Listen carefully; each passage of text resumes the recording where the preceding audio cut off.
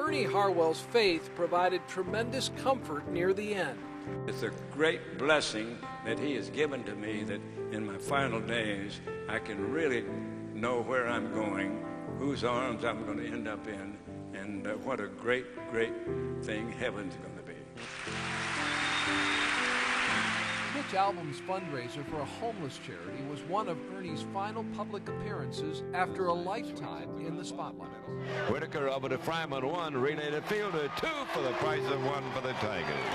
Ernie spent 42 years behind the microphone as the voice of the Tigers. He struck him out and the Tigers won the final game. Ernie called his last Tigers game at the end of the 2002 season. Brandon Inge was one of only 2 current Tigers playing when Ernie wrapped up his brilliant career. When I got to Detroit, I knew of Ernie Harwell. I knew who he was. I knew the voice. As soon as I walked around the corner one day, I heard his voice first. And I went, wait a minute, I know that voice. You go talk to him, sure enough, it's Ernie Harwell. Baseball honored Harwell with the Ford C. Frick Award in 1981. Many of the baseball greats Ernie worked with for years and considered friends welcomed him into the Hall of Fame. You know, the life and times of Ernie Harwell could be capsuled, I think, in 2 famous quotations. One from a left-handed New York Yankee pitcher, and the other one from a right-handed English poet. The Yankee pitcher Lefty Gomez once said, "I'd rather be lucky than good." And the poet Alfred Lord Tennyson once wrote in his epic poem Ulysses, "I am a part of all that I have met." Well, I know that I'm a lot luckier than I'm good. I've been lucky to broadcast some great events and to broadcast the exploits of some great players. Al Kaline entered the Hall the year before Ernie's induction.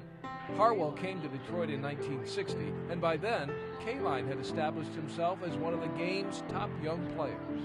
There was always something about turning on the radio and listening to that southern voice and listening to all the great stories that he would tell, sitting out on your porch and having a little beverage and just listen to the ball game, whether the Tigers won or not. It really didn't matter. Kaline shared the broadcast booth with Ernie for a year. His other radio partners included George Kell, Ray Lane, and for 19 years, Paul Carey.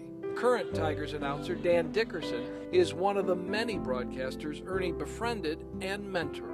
He would introduce me to people, open doors for me my first year. You know, we ran into George Brett in spring training. George, would you mind doing an interview with Dan? Well, what's George going to say? Of course, he's going to do the interview. But he would do that over and over. Watch him go into opposing clubhouses all the time.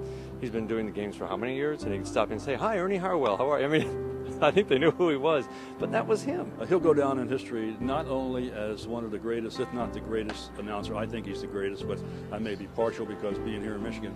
But he's going to go down and remembered as one of the great people that we've ever had a chance to run into. Hi, everybody. It's the Yankees and the Tigers, game number 3 of the series, and the weather is good now at the corner of Michigan and Trumbull. We've got clearing skies.